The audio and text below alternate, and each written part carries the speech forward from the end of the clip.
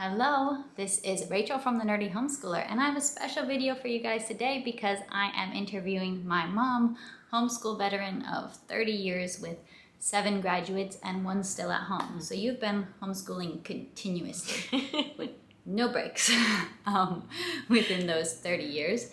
And so first question that came from a viewer, all of these came from you guys either on Instagram or on my YouTube post, and you guys gave us a lot to chat about, so we will try to be pretty prompt, and I will put in some timestamps into here, but this will be a chatty video, so do your laundry, wash your dishes, peel your potatoes, whatever your activity of choice is, and we will get started. So let's get started with the first question, which is a great introduction. Why did you choose to homeschool? I chose to homeschool largely because I wanted to be the person who was with my kids and was teaching my kids. I wanted them to have a better experience being educated than I did. I wanted them to love learning, and I simply didn't love my school experience, so yeah. So kind of having a bad school experience or being frustrated by all the wasted time and bureaucracy and nonsense public education was part of the motivation, and then you just wanted to be with your kids. I just wanted to be with them, which I think is a bit of an unusual path to homeschool, but hey, that's what got you started, and you kept going with it. All right, so we'll just start off. These are kind of in a random order based on how you guys commented. But what advice do you have for educating more than one young student? So, for example, when you have 2 young students, both at different levels of capability, and neither one is fully independent, so that you can very easily go back and forth. Yeah.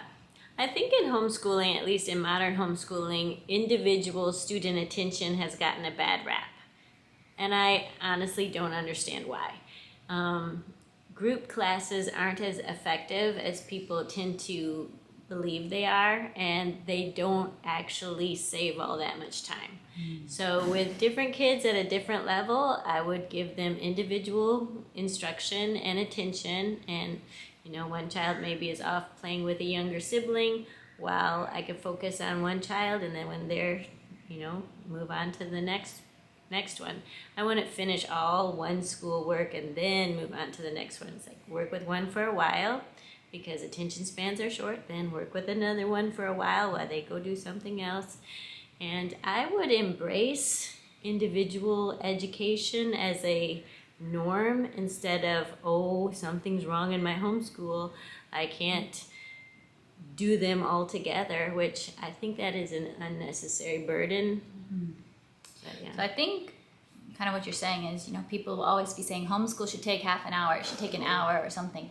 If you have multiple young kids, yeah, maybe your kindergartner is doing half an hour of seat work, but you're going to go from that kid to the next kid. So your time is actually going to be way longer because you're going from this kid, okay, now you're working with this kid, now you're working with this kid.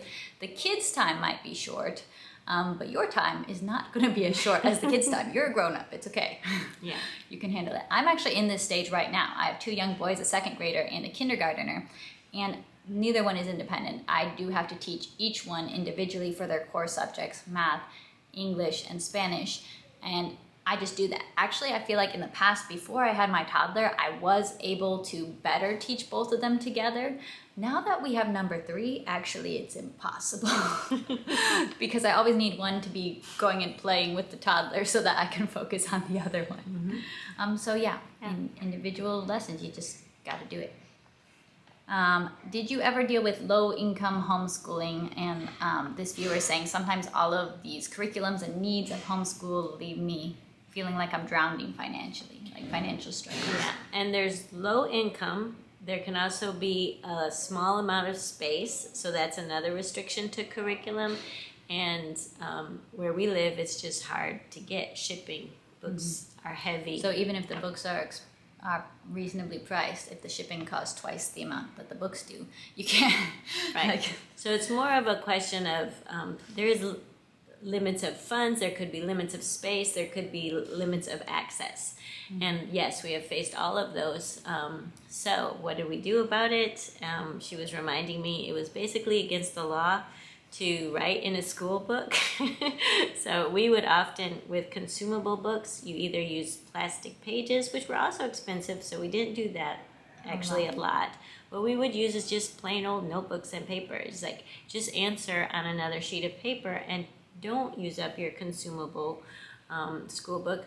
We did probably focus more on books that were designed to be reused for student after student after student, although we did use some consumables, but we didn't consume them.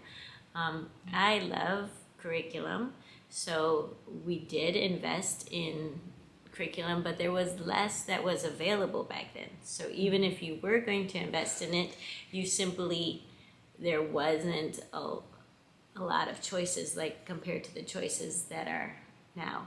I would focus on quality resources, not so much this is super trendy and it's super, Instagrammable. It's like high quality, reusable, that has stood the test of time. I actually do prefer some of the, this has been tested with kids and it's got a good reputation, and So I think for you were willing to invest in a more expensive, higher quality resource, but then we took very good care. So she taught us to take very good care of our books. Yeah. First of all, it was a crime to damage a book, and it was a mortal sin to write in the book if you were not supposed to be writing in the book. So that was very much drilled into us. So when you do spend money on resources, and you do, I'm never going to be one that's going to sit here and say educating your children is free, or even that it should be free. It's not free. Education, we kind of got to get rid of this idea that education is free. It costs. It costs time and money. But figure out how to use your resources wisely and well is one of the best ways. And also, with low-income homeschooling, sometimes you really have to think creatively. A lot of homeschoolers do need to have both parents working in some capacity and being very creative. You've had many long-term homeschooling friends and family members who the moms have worked. They've worked night shift. I decided to use my skills as a writer and first started getting writing contracts for other companies before opening up my own homeschool business.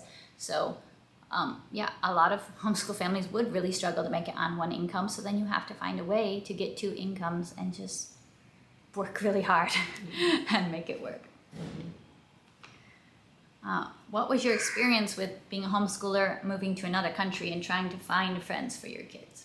Okay, that was, the friends part was actually probably easy to achieve because there were kids in our neighborhood, there was kids in our church, there were plenty of opportunities to make friends, and my kids that wanted friends had them. But I also had introverted children who they also didn't make friends because they didn't want to, so that also happens.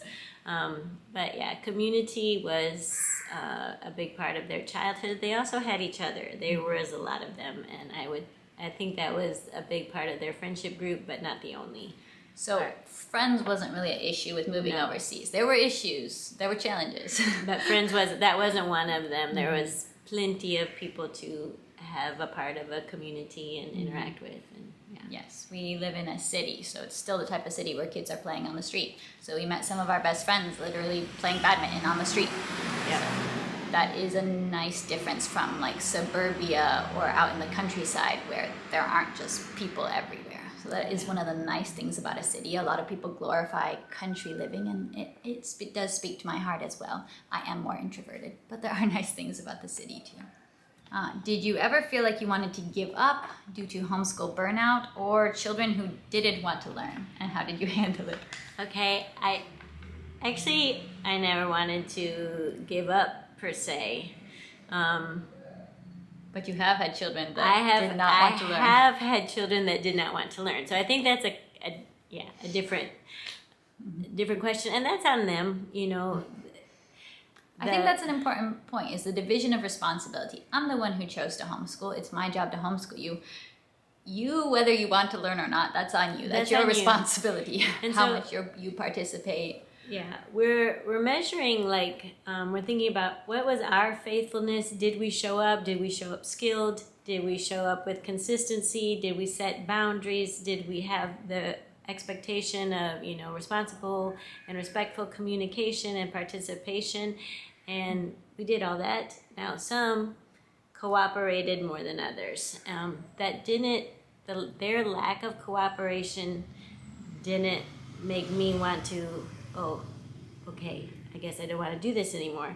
It did make me buckle down, and it was harder. So it did have an impact. It impacts the joy of your school. It impacts the energy. It can be a real energy drainer. So those issues need to be addressed when we have a student like that. I guess it just wasn't my personality to give up. Like, my kids are stubborn, but I'm stubborn too.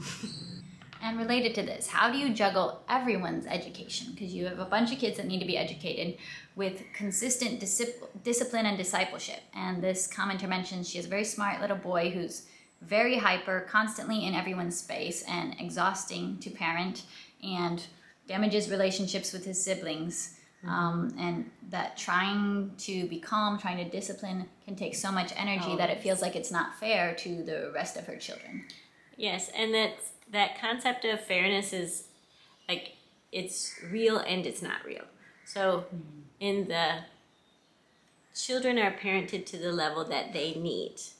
Not all children need the same amount of parenting. So there could be a child that's taking way more of your time because their needs require way more of your time. But the child that doesn't require your time doesn't actually need.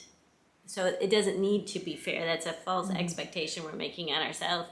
I'll give her as an example. Academically, she didn't need that much of my time because she excelled. At the same time, she was a driven little kid and needed lots of, attention in other ways. More like, here's another thing you can master, and then I'll just leave because you can do that on your own. So this concept of fairness, we have to maybe just challenge ourselves. Like, am I giving each child what they need? And where it becomes very burdensome is when I can't. Because maybe a child is so overwhelming that I can't actually give the other kids the attention they need. And then we need to take steps towards making sure all children are receiving what they need. And when you have that one child who is sucking up so much resources, mentally, emotionally, then you have to start making steps towards solutions. And that would be probably a whole video in and of itself, but there are solutions. There are steps that we can take to bring more stability and more joy with these very intense kids, and not let them overwhelm the entire family. And probably that should be its own video. We have done a video interviewing both my mom and one of my sisters, who was a notoriously challenging child in the homeschool. And yes, it's not always going to be fair, and it can be very frustrating in our hearts as homeschool moms when it's like this one child and their needs, their behavior, discipline issues are taking up so much energy that you would rather put somewhere else. And I think sometimes we just have to accept we don't get to have our druthers. We would rather. We'd rather be putting our energy into this fun thing instead of into the discipline that clearly does need to happen, the training that does need to happen. Some of these very bright, very smart, high energy kids are going to require a lot of you, or just also uncooperative children at times. And they do shape the homeschool. They do impact their siblings' experience of family and of homeschool as well. It's just a fact, and we got to address it, but staying stuck in stewing over it or frustration won't really help. Right. Just take the actions that are necessary and that you can. That you can, and kind of don't worry Stay about the course. what you can't do. Yeah. So how did you provide extracurriculars for your kids without signing up to be den mom for everything, especially if you don't have a lot of options for kid activities? Yeah, it's also part of my personality. I can say no rather easily, and I did. For the most part, I had a priority, which was youth group. Youth group was my priority for my kids, and I wanted to invest in that, and I was basically den mom of youth group. But for the myriad of other things, it was very easy for me to say, no, I'm not going to do that. And if my kids do it, they do it without a lot of parental support. My son did Boy Scouts. I did For nothing. many years. She did. I did theater, Acting. drama, acting competitions. I did nothing. Yeah. So I remember this quite a bit, and I think there's also been a cultural shift. Like there's a big shift that parents are putting in a lot of money, a lot of time, a lot of effort into sports, into extracurricular activities. That just was not a part of our family culture. Really, we came from a big family. You know, money's tight. You can't be paying for all these endless activities. We had one car for a lot of my growing up years. So it's like there's no vehicle to take you anywhere. Dad has to have the car for work anyways. So by the time I was a teenager, really the rule was pretty much if you want to be involved in it and you can get yourself there and back, be my guest. Like, go ahead. So I brought myself to my theater club. I went to my acting coach's house. You know, we live in a city, so there was a lot of walking. Feet. Yes, Yeah. we were walking in the hot sun. So there was a lot of, my brother walked to Boy Scouts. Any of us who were involved in anything, we knew we had to get our own rides or take the bus or walk or whatever it was, and we would do that. Now we were involved in like church volunteering, so there were certain areas that were priorities where we served as a family and where we really had our community. But yeah, I would say extracurriculars were kind of an area where it just, as our family culture, it was not a priority to my parents. They were like, if you want to, go ahead. And that was support. that was their, you know, support. And I feel like that's more of just an old-fashioned or traditional approach to parenting versus now it's like parents are orchestrating everything versus kind of stepping back and being like, go ahead. If you have a passion for this, you have an interest in it, go and do it. Just be empowered to do that. And I do appreciate that, and that's something I look for my own kids now. I think we maybe do a little bit more extracurriculars just because we have more opportunities. We have fewer kids. So we maybe have a few more opportunities with how the world has changed to do that. But still, it's something I'm not going to put all my energy into extracurriculars because ultimately, like my husband jokes about this. He ran cross country his whole academic career. And for what? Kind of thing is what he says. Like he put so much time into it. His parents put so much time into it. And he's like, okay. And now I'm a nurse and a Spanish teacher. Like it didn't really have a long-term impact on his life, he would say. Like he as a student athlete himself doesn't see the major benefit of a huge amount of investment into athletics. Not that he's against them, just like that they can be overemphasized. Okay, we talked about this a little bit, but how do you feel about reusing curriculum when teaching multiple kids? And this one talks about how sometimes she feels that homeschool influencers are pushing multiple curriculum for a subject or changing things every term, and it feels like consumerism. Right, and we have talked about the practical reuse books. So more than just money saving from reusing is when you reuse a curriculum, you're better the second time and the third time and the fourth time you use it and teach it. So one thing about, you might need to give up on a curriculum. I hope you're doing it because you hated it. And you have. And I have hated on curriculums and I have happily burned them. But when you're using a good curriculum, just realize it will be easier the next time you teach it, and you will be a better teacher the next time you teach it.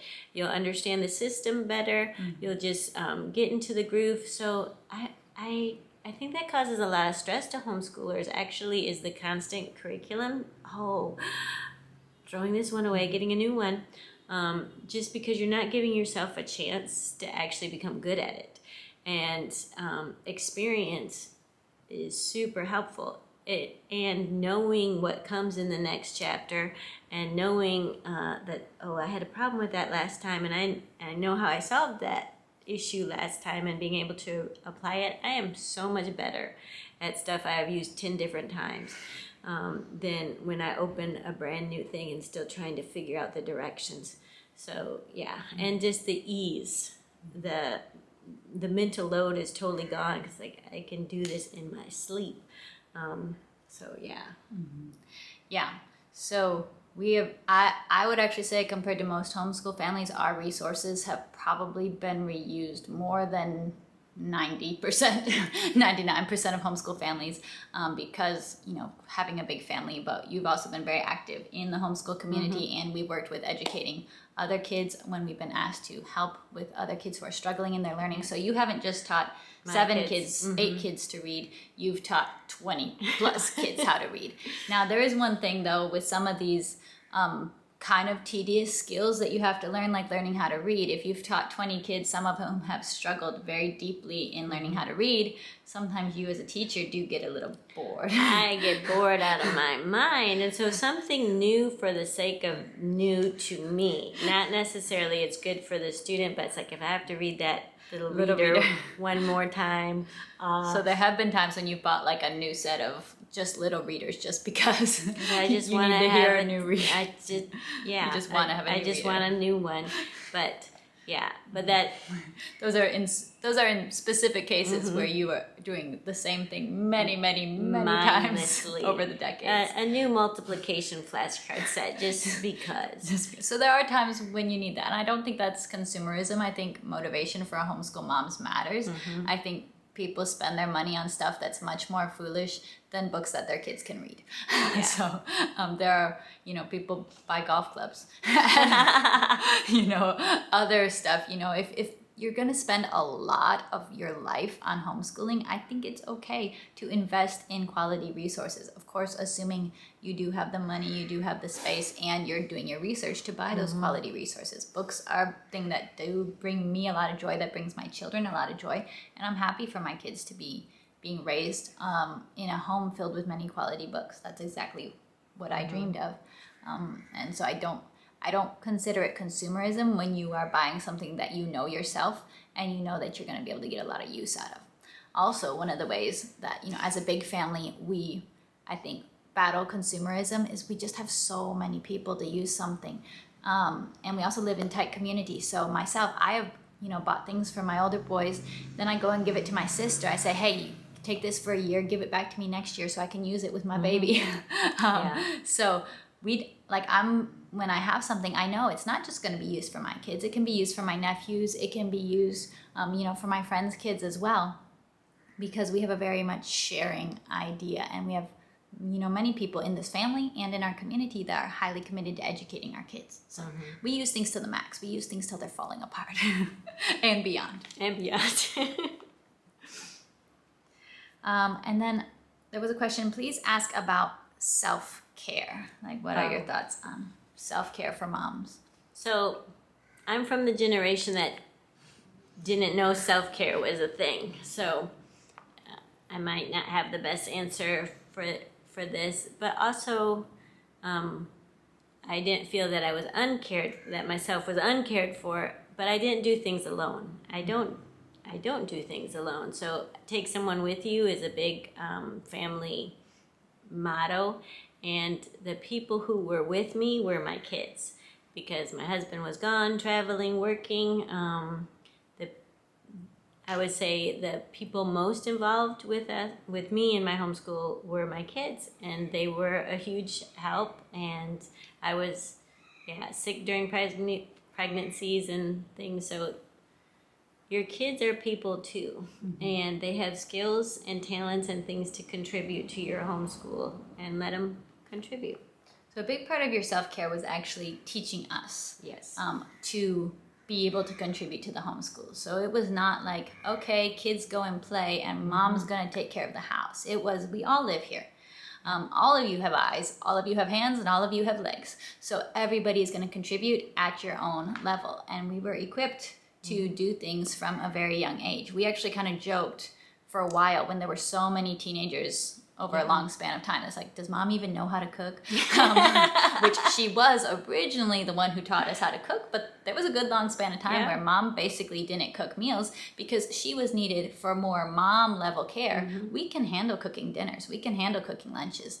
Mom isn't needed for that. She's needed to do the things that only mom can do. mom's not needed for cleaning bathrooms necessarily at certain stages of life when there were a lot of, maybe lesser skilled, but still skilled workers in the home. So that, I think, does make a huge difference on the experience of motherhood, is that when you don't have this idea that's like, oh, I have to take care of every task myself and these kids have no responsibilities. Yeah, and before we got to that level, the kids were still with me. So let's say I have to go cook dinner, and it's like, okay, you guys can come in the kitchen, and because I have to watch you, and I had to watch them with your eyes. And if my eyes are in the kitchen, then you guys have to be where my eyes are. So I didn't have I have to follow my kids around. It was like my kids have to follow me around so that my eyes can be watching them. So they'd be in the kitchen and I'm doing whatever I'm doing, but it's like, okay, you build your puzzle here. So you waste a lot of time and energy and effort chasing your kids around. It's like, you have to chase me around. Now I have to go to the laundry room. So take whatever you're doing and until everything's folded and whatever. This idea of, I do firmly believe that children need to be watched with your eyes. But then children need to be in the place where your eyes are. So, and my eyes were very busy. Like if I'm out in the garden, you have to be out in the garden. That kind of thing. Yeah. And did family members ever recommend public school as a solution to problems at home? Family members, friends, communities, complete strangers. Yeah, random strangers. I think you cannot be a homeschooler without people going, oh, do you know there's a school like right down the road they could go to? It's like, oh, thank you. Homeschooling is just an odd choice. It was even more odd in the time when we made that choice. So, yes, I've had that suggested to me multiple times. Now, I don't, like, if there actually are problems, I don't think it's a suggestion that should be totally thrown out the window. Yeah. Because education for children does matter. And if your child's in a state, if your family's in a state where your child cannot be educated at home, I'm an advocate for put them in school. Because you don't want to miss those years of education. Right. So there's like both sides. There's both sides. So people are just going to suggest public school for no reason whatsoever. But there can also be reasons to consider whether public school is going to fit your family's needs better. Then how did you teach about money to your children and teach about budgeting? Any tips on that? It depends on the child. This one read the Tightwad Gazette one too many times. So I used to wake up at 5 in the morning and eat my cereal and just read this. It was like a 600-page book on how to save money. Yeah. But mostly it's through the basic account book and through percentages. We'll save a bit for the future, or we have to have money to be generous with. We have to have thinking about, birthdays and Christmases will come out. So, you can't spend everything you get. And so mostly you didn't use like specific resources. No, it was just involving us in life, making us aware of prices in the store. Hey, look at this one. This one's cheaper than that one. Just very much including us in. Right. And they had different kind of desires, and it's like, okay, what's it going to take for you to get there? Okay, you're going to have to work, and probably you can't earn something, by doing one job. It's going to be overtime, and just encouraging them to work and to save, and we told them they were all going to pay for their own college, which we have graduated 6 debt-free, and they have paid for it themselves. So and they Seven's on her way. Yeah, they are very good at working, saving, and figuring out financial systems, and So just naturally including us in life. And we have different personalities for sure. I think I'm famous among my siblings for being one of those that's a little bit more counting the costs. Yeah. And then there are others that are more like, hey, let's go get bubble tea. So personality is going to always impact it. Not all of your kids are going to turn out like cookie cutters. And that's not the goal. But you can still bring up these same ideas and values. But just the way different kids are going to approach these values is naturally going to look different. But that's good. They're all fiscally responsible in their own way. And they're also, one of our goals was we have so that we can give. So they're all generous in their own ways as well. And that's what I am very thankful as a parent, is like, you did learn the values. The value is you need to be able to meet your needs and the needs of others as far as what happens from your work, and also what we have is to share. And that you don't expect to just be given stuff. You expect to work. Like, life is for working was a big value for us. And how did you grow and expand your skills as a homeschool teacher? Okay, in the early days, I was able to go to homeschooling conferences, which I much enjoyed. That was not true for most of my homeschool. So the past 21 plus years. Yeah, that hasn't happened. But there's also books, and I just really enjoy learning things and knowing things. So I think that helped, because I'm very curious as far as children development and how they learn, and when there was an opportunity to learn something, I did. So how did you do history and science? Did you always do family style? This question is coming from another large family mom. Okay, we didn't. We have a big age span, but we also have a big capability span in our family. So science especially was pretty much an individual subject. Once in a while, like, we did do Bible together. We had some read aloud, so we're having this same experience of enjoying a story together. But for actual learning, like the real learning part of those subjects, was mostly done individually at the level that a kid was at the speed at which they could go. So with a really vast range of personalities, ages, capabilities, it wasn't really serving everybody to try to hold everybody together. We did maybe more when we were all very young. In regards to what's good as a group subject, Bible worked really well, but also stories that were read aloud, so that all the kids are having the same experience of being involved in the same book. So that was one thing we did do together, is quite often we'd have read alouds that everybody's enjoying together. But even for, we did a lot of sunlight in the older grades. The kids mostly were independent ourselves. Yeah, because it didn't make any sense to involve the younger kids in that. Yeah. Then how did you homeschool so many students while also tackling homemaking, cleaning? We kind of talked about this a bit, that it was not all you. It totally wasn't, and my kids are very competent individuals. I would not even tell them what to do, because I consider it, that's your job. That's what being accountable is like, you have a brain and you have eyes. Now you tell yourself what needs to happen. And if you honestly can't figure it out, you could come ask, but I would kind of be insulting about it. Like, really? You need me? Same things happen every day. To tell you what to do. Wow. That's so odd. So if they kind of got the idea, is like, Mom is going to make fun of you if you can't figure out that there's dirty dishes in the sink. She's gonna laugh at you. I've never claimed that she was the sweetest mom around. This is not one of the claims or evidence-based accusations here.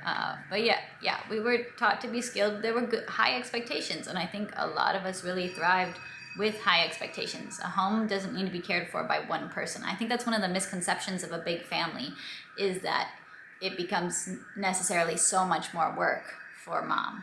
Yeah. You have a team. You have a bigger team. Yeah, you have a bigger team, and one of my big values was, I don't tell kids what to do. I'm not going to micromanage. If they have been alive for a while, and you've lived a couple days, you kind of know what happened yesterday. So my expectation is you can figure that out, and so no chore charts, none of that, none of the turns. It's this person's turn. It's this person's turn. It's this person's turn. It's more like, if you're available and you can and you know how to do it, you just do it. You just see, oh, there's dishes that need to be washed. Yeah. We never had stacks of dishes piling up because ants will attack everything here. We live in the tropics. We were very much tackled. If there's something that needs to be done, you do it. You play with your toys. You clean them up. Yeah. So teaching these habits and teaching that, hey, you're a capable person from a very early age definitely has yielded fruit. What did you do when you were sick or in late pregnancy and not feeling up to homeschooling? So that happened a lot, actually. My pregnancies were very difficult, and I was on bed rest with my last one. So early on, we practiced things like once a month cooking, because my kids, when they were very young and they couldn't cook, then we had to have meals available. And so a lot of freezer meals. A lot of freezer meals, like get everything as much done and taken care of as you could. And just, we didn't take a lot of days off, even if I wasn't up to it. We would just do it anyway. It may be of a little poorer quality, but to have the expectation of sick or well, if you at all can, it just happens. Yeah. And you were doing homeschool in bed for months. Yeah. Before the little one was born, and we have pictures of it. All the kids around my bed, gathered around the bed. Yeah. And from your perspective, looking back now, what kind of sacrifices did you make to homeschool your children? Because you hear a lot these days, homeschool is a sacrifice, and a lot of people really want to push the homeschool is a sacrifice kind of idea. I would say, from the perspective of old age, there wasn't any sacrifice. There was just a joy and a privilege that passes really quickly. You know, it's just gone so fast. And there will be a time when your kid needs you to teach them the alphabet or the times tables and things, but that time goes by so fast. And it was, I can't think of it as a sacrifice, only that it was fun and it was a joy and it was a lot of work, but most things worth doing is a lot of work. But it was just such a cool privilege, and I know some people don't get that privilege. I know I was privileged. I know that I won the lottery. Like infertility, or just never getting the chance to get married, or life of hardships that don't give you this opportunity. I know I won the lottery. I know I was given a great opportunity. I enjoyed it. I relished it, and it's pretty much, it has gone. I still have one at home, but at the big days of the big family, that's gone now, and it wasn't a sacrifice. And my kids are still alive, so I would hate them to hear from their mom, "Oh, I did so much for you." It's like, yeah, I just can't bring myself to say it. So you have a worldview that says work, just because you're doing work and putting in effort, doesn't mean it's a sacrifice. No. It's just, that's life. That's what you were created to do. It's like, oh, it's a sacrifice to wake up and make breakfast. No. Is there anything you would do differently if you were to do it all over again? I'd probably calm down a bit. I'm a little intense person, and you've calmed down. Maybe maybe not, maybe that's impossible, but I would worry less, because I'd have a lot more trust in the process that they'll get there. Sometimes it'll take a really long time. It will take a really long time, and it'll take more than you thought it would to get there, but you just adjust. It's like, if I have to teach reading 7 days a week because I have a kid that is struggling to learn, it's like, I'm not going to take weekends off. I'm going to have 2 reading sessions a day. I'm going to do what it takes to get there. But I didn't expect it to take that to get there.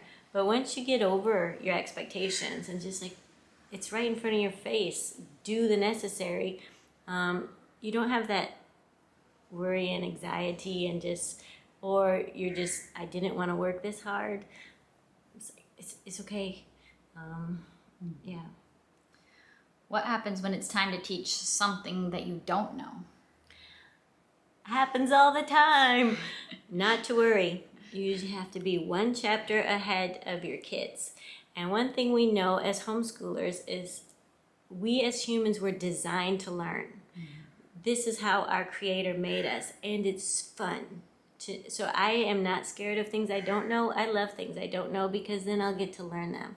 And I take the attitude that I expect of my kids is like, do the work and learn it. I apply that same attitude to myself. Do the work and learn it, because you have to teach tomorrow. Yeah, and like nowadays you'll hear so many people promoting, oh, you don't have to worry about teaching your kids high school math because these just online programs will do it for you. You don't have to worry about this high school science. You can just have online labs. You don't have to worry about teaching writing. You can hire a writing tutor.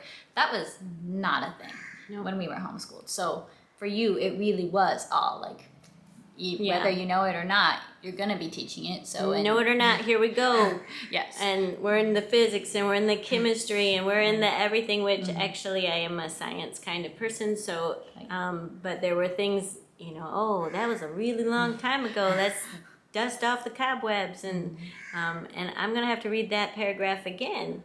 That's fine. Like, we as adults should embrace learning and have a good attitude about it. And if we have to, it's like, can you give me your book? And model it for your kids. If you're like, I've had that happen, I've had it even happen while I'm filming a vlog. My son will be reading a book in Spanish to me and he'll ask me, what does that word mean? And I said, well, I'm going to Google that Spanish word because I don't know what it means. So showing what we can do if we don't know what something is. Is there anything that has been true or useful with all your kids? Because we're all different. You had to bring a lot of different tools to the table. We had very adapted education, but what is anything that you held to through every kid? You hold the standard. It's just easier for some kids to get to the standard than for others, but as far as kindness, you all have to get this standard. It takes some of you longer to embrace the value of being kind and respectful than others. So what we hold to is a set of values and standards, and then we can be creative and how do we get to that standard. So I would say the standards are the same, the values are the same. How you get there with different kids can vary. Are there any homeschool mom besties that you've had, like that have stuck with you throughout the whole journey? I do have a homeschool bestie. What? She stuck through it the whole time. And she's a very passionate bestie, and she's probably been one of my biggest supporters and helpers through the whole time. She's given multiple spelling tests. So yeah, that's where do appreciate the people who are there and who are on the journey with you. In addition to my homeschool bestie, I had other homeschool besties in the same family. But outside of my kids, I would have to say I have a sister-in-law and a sister who both homeschool, and it was fun in the young years. We never lived in the same location, so they were long-distance besties. But it was fun to talk to them also about homeschooling, and especially my sister-in-law has been very helpful with bringing books overseas. And Yeah, I actually moved back to rejoin the homeschool when Sarah, who's in college now, was like 8 years old. So yeah, I left but came back. Yay! We've had a lot of fun. And how about let's end this with, what would you tell to someone who's just starting out, all bright-eyed, bushy-tailed? You got the preschoolers. What would you tell them? Would you tell them to wait till 6 to I start? would not. That's so silly. I would say childhood is an emergency. It is an absolute emergency. Like, you need to be all in. Every day, all day. You need to be present. You need to be there. You need to be planning the next thing and fully engaged. And you cannot take it slow. Childhood is an absolute emergency, and it passes. And it passes a lot more quickly than you think. And little problems become big problems, and they usually do not disappear with age, as people would like to tell you they do. They do not. If you have a disrespectful child, that heart and that value for disrespect is just going to become larger and more difficult to deal with. So I would say problems grow is a better mentality to have, and pull the weed when it's small kind of thing. Just embrace, just be there. Just like, if this is what we're choosing to do, then I'm all in. And there'll be a time, and it might be a long time, but there'll be a time when there aren't little toddlers, when there aren't all these craziness going on. And that will be a season 2, and hopefully that's a fun season. But while it's in the insane season of life, of just embrace it and be all in. And you might need to say no to the ladies' Bible study and say no to the hobbies and say no because you've got a better thing to say yes to. And it's like, don't grieve those no's so much. It's a waste of time. Instead, just fully enjoy. I so happily turn down my friends for lunches because I got kids to play with. And that is so awesome. And your friends, they'll still be there later on, but your kids will not be little kids for very long. So just go for it. All right. All right. You don't hear that every day. Thank you so much for joining me today. I would love to hear from you guys in the comments down below what you thought of this interview. I love having my mom on. I'll probably link to a couple of our other interviews, including the one we did with my sister Rebecca, in the description down below. And yeah, I'll be seeing you next time here on The Nerdy Homeschooler. Bye!